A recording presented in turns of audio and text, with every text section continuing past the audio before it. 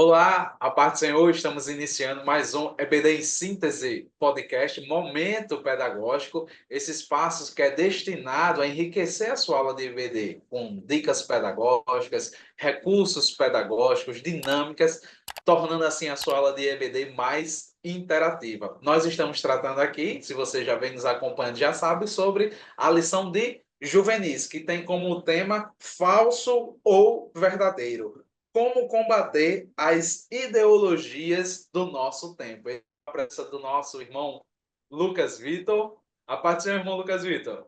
A paz do Senhor, irmão Paulo, a paz do Senhor a todos que nos ouvem, nos acompanham. Estamos quase aí, né, na metade já do trimestre, do último trimestre, e graças a Deus até aqui tem sido uma bênção e Deus tem nos ajudado. Amém. Como eu disse, lição número 6 tem como título: Quando a ciência se opõe à fé cristã. E nós temos três objetivos. O primeiro objetivo é enfatizar que a Bíblia deve estar enraizada em nosso coração. Objetivo número 2, identificar os males do ateísmo. E objetivo número 3, mostrar a necessidade de se buscar o equilíbrio entre ciência e fé. Esses são os objetivos da nossa lição de número 6. E eu pergunto, irmão Lucas Victor, que dicas o senhor nos traz aqui nessa lição de número 6? Amém, graças a Deus. Essa lição ela é muito interessante, não é? Vai falar sobre essa relação da ciência e da fé cristã, e eu acho muito interessante o professor enfatizar, não é, que elas não são inimigas, não é? A ciência ela não é necessariamente uma inimiga da fé cristã, e nem a fé cristã é necessariamente uma inimiga da ciência.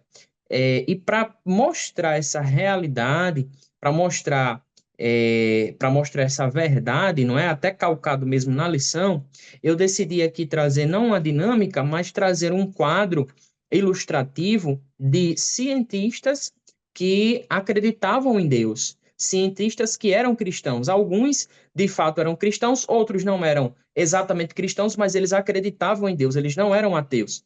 Não é? Eles acreditavam em Deus, acreditavam que existia um Deus sobre todas as coisas, mesmo sendo cientistas, mesmo sendo relevantes para a ciência. E eu trouxe aqui 5 exemplos para mostrar para os irmãos, para os professores desses cientistas, e os professores podem utilizar esses exemplos, podem estar trazendo através de um slide, não é? Através de até mesmo de uma cartolina, o professor pode escrever lá, cada um, colar as fotos. O primeiro que eu coloquei aí é o Galileu Galilei, não é? Foi um grande físico, o professor pode ressaltar alguma conquista dele também. O segundo é o famoso, né, Isaac Newton, que alguns juvenis devem até conhecê-lo, né, pelo fato da maçã ter caído na cabeça dele, né, e ele ter deduzido aí a questão da gravidade, Da não é? O gravidade. professor pode ressaltar também isso. O terceiro que eu trouxe é o Werner Heisenberg. Esse não é tão conhecido, mas os relatos dizem que o Heisenberg foi um profundo cristão, não é? Muito, muito, muito dedicado à vida cristã. O quarto, que ele também é muito relevante, que é o Louis Pasteur, né? Há muitos não conhecem, mas não conhecem ele, mas conhecem o fenômeno da pasteurização, que foi ele que foi um dos pioneiros, e ele era também cristão, acreditava em Deus e tudo mais. E o último que eu trouxe, que é o Max Planck, né, que também muitos não conhecem, mas foi um grande físico, relevante muito na área da física, Max Planck, e já viveu no século passado, 1900 e alguma coisa ali, ele já viveu no século passado, foi um cientista muito relevante e também acreditava em Deus. Então, eu trouxe alguns exemplos, né? Trouxe 5, e o professor ele pode mostrar esses 5 justamente para mostrar que a ciência e a fé elas podem caminhar juntas, elas não precisam ser inimigas. É claro que existe a ciência que se propõe a destruir a fé cristã, existe essa ciência que tenta fazer isso, mas ela não é a verdadeira ciência. Não é? A verdadeira ciência caminha junto com a fé, de mãos dadas, ali caminhando. E esses exemplos que o professor, que eu acho importante o professor trazer, eles mostram justamente isso, que é perfeitamente razoável estar do lado da razão e ter fé, né? Ser cientista e ao mesmo tempo ser cristão. Glória a Deus. Eu acho que essa lição é muito importante porque nesse período, Lucas, que a gente vive, há essa separação, querem fazer essa separação, né, entre a ciência e a fé cristã, mas a gente percebe que não existe essa separação, né? Existe a nossa fé e a natureza, que é aquilo que a ciência se debruça sobre ela, né? Ali é a obra de Deus, né? O salmista diz que Exato. os céus manifestam, né, as suas obras, né? Um dia faz lembrar outro dia, né? Então a gente sabe que essa questão da natureza como criação de Deus. Eu trouxe aqui para vocês também uma indicação de recurso, né, pedagógico, que seria, e aqui eu vou compartilhar a minha tela com vocês, de uma indicação de recurso pedagógico que seria para você passar para os seus alunos, né? Acredito que já está aparecendo, né? Chegou, né, Lucas, aí em tela? Chegou, chegou. Aí, ó, esse site aí, cristãosnaciencia.org.br. É um site onde nele você encontra pessoas que desenvolvem a ciência nos seus diversos campos, né? E aqui eles falam sobre Deus. Então, essa é uma oportunidade de vocês mostrarem aos seus alunos que temos boas mentes pensantes que são cristãos, né? Por mais que o mundo queira colocar o cristão como aquele ser não pensante, bitolado, né? Essa visão que o mundo tenta passar, mas nós temos grandes pessoas, como o Lucas já citou, pessoas do passado que contribuíram para a ciência, Isaac Newton, Max Planck, Louis Pasteur, né? Grandes nomes da ciência e hoje continuamos tendo grandes nomes que são influentes na ciência. Então, dentro desse site aqui, ó, você vai poder perceber, ó, cristão na ciência, conhecer, adorar e servir.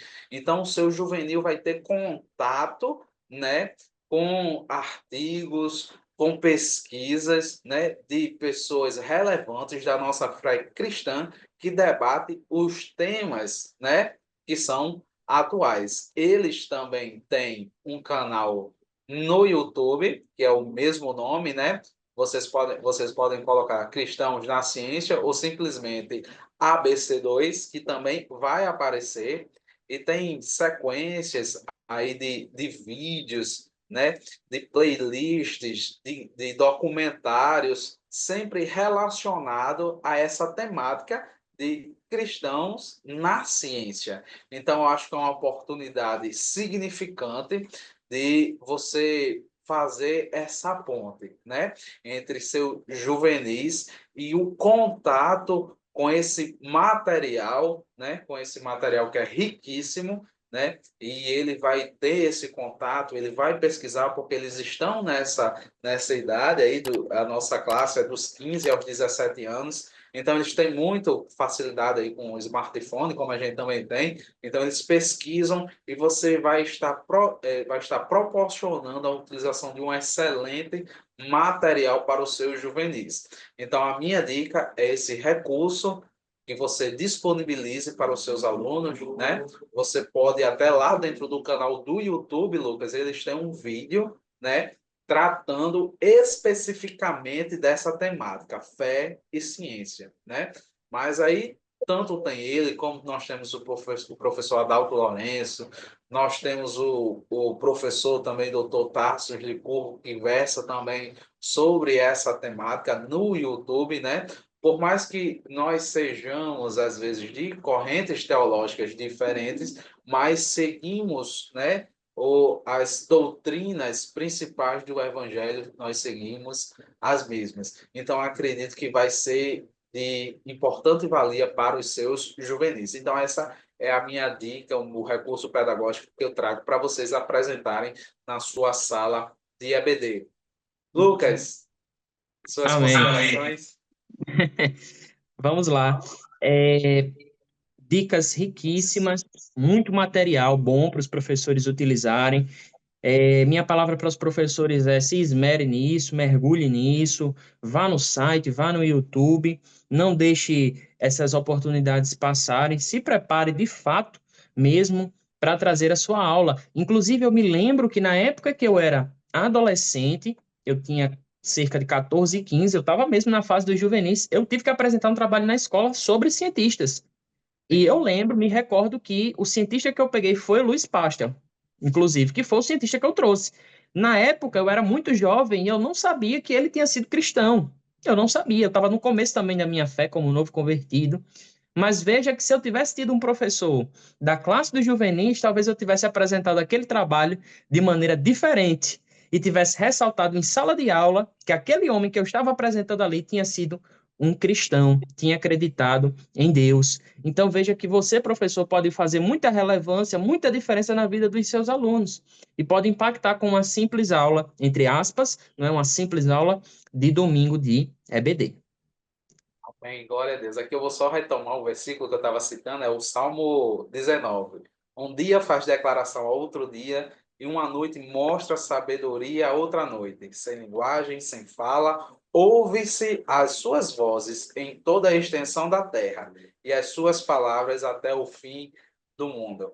Então, eu acredito que o professor, né, utilizando-se dessas dicas, você vai conseguir, né, ao final desse processo, que é esse trimestre, né, vai conseguir ajudar o seu aluno a moldar a cosmovisão dele direcionada para a cosmovisão cristã. Às vezes aí, como o Lucas falou, com dicas tão simples, né? Às vezes se ele soubesse lá atrás que tinha, né, e aquele cientista era cristão, a abordagem já seria outra. Então, nós, professores, nós temos essa função, né? Que é de intermediação do conhecimento, né? Nós não sabemos tudo, né? Mas podemos fazer essa intermediação, né? Do aluno com o conhecimento e a partir daí eles vão crescendo e o nosso intuito aqui é crescer na graça e no conhecimento que há em Cristo Jesus, vencendo todas as ideologias que esse mundo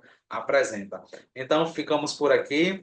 Até a próxima. Se você ainda não se inscreveu, se inscreve no nosso canal, ainda dá tempo, curte, compartilha e vamos estar aqui na próxima lição.